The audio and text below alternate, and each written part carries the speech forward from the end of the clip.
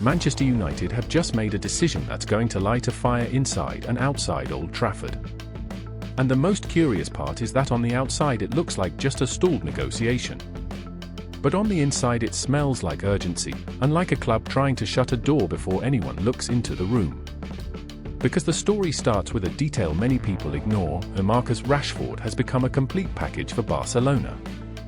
With Hansi Flick in charge, the club are fully covering a wage that, in any dressing room, weighs like an anchor, £315,000 a week. You heard that right, Marcus Rashford's weekly wage is £315,000. And even so, Barcelona paid it because they got a return on the pitch. Rashford has already delivered the numbers of a decisive player there. It was 10 goals and 13 assists in 34 matches this season. That is output from a decisive player. And when a club like Barcelona finds an athlete like that, he becomes a priority, especially when the idea is to turn a loan that worked into a permanent stay. Then comes the second detail, the one that changes the tone of the conversation. A fee of £26 million would already have been agreed between the clubs to complete the purchase permanently in the summer. It seems simple: Barcelona just pay, sign, and everything is resolved. Except this is exactly where the conversation fell apart. Because Barcelona tried to play the game it always plays, reduce that figure with a renegotiation. Except when the discount request arrived, instead of United opening the door to a conversation, United shut the door in their face. The word going around behind the scenes is confused. The club would have been confused by reports that it would accept negotiating the price. Except when a club is confused, it usually calls the other side to talk, to adjust the noise and find an elegant way out. What happened was the opposite: a direct refusal with no opening for conversation. The club were blunt and spoke with a definitive tone. And here is where you need to hold on to one thought, because it will make everything fit. This refusal sounds like strength, and it functions like urgency. Because this refusal didn't happen at just any moment. It happened at the exact point when United need to prove, to the market and to their own supporters, that it still controls the accounts, and not the other way round.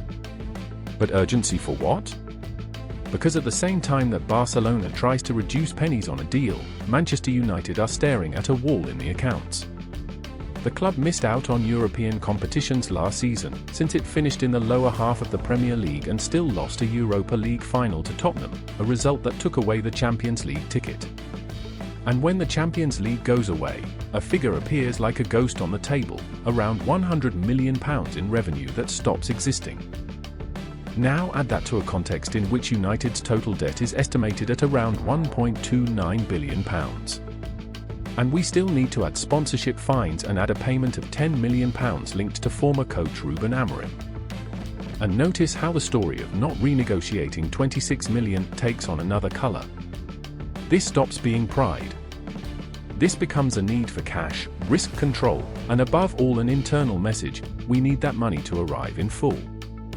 But on the other hand, the club has a problem to solve. Its name is the wage bill. Manchester United are trying to reduce costs with a force that many people underestimate. Casemiro and Jadon Sancho leaving at the end of their contracts mean a saving of more than £600,000 per week. This is a significant reduction that changes spreadsheets and the club's future. And in the middle of this scenario, the future of Bruno Fernandes appears as a heavy question mark. Even the situation of Harry Maguire enters this same environment, with an expectation of a lower wage if there is a contract extension. Now do you see the shape? The club is cutting weight to relieve the structure in a season of a compromised calendar. And Rashford, who has a gigantic wage and a concrete offer on the table, becomes the most obvious piece to be pushed out before the window closes, and before the market smells blood. So United's refusal to renegotiate is not a great act of authority. It looks more like a financial measure to reduce the damage. While Barcelona wants to pay less, United needs the full amount. If you look closely, the word project appears a lot in interviews, the word hold appears a lot in reports. And the club knows that, when you lose out on playing in the Champions League with the balance sheet under pressure, every million becomes a brick holding up the wall. And in the middle of this, Rashford becomes the perfect symbol for the supporters to argue about and for the club to act without explaining too much. An elegant scapegoat, because it comes with Barcelona's interest and gives a ready-made exit.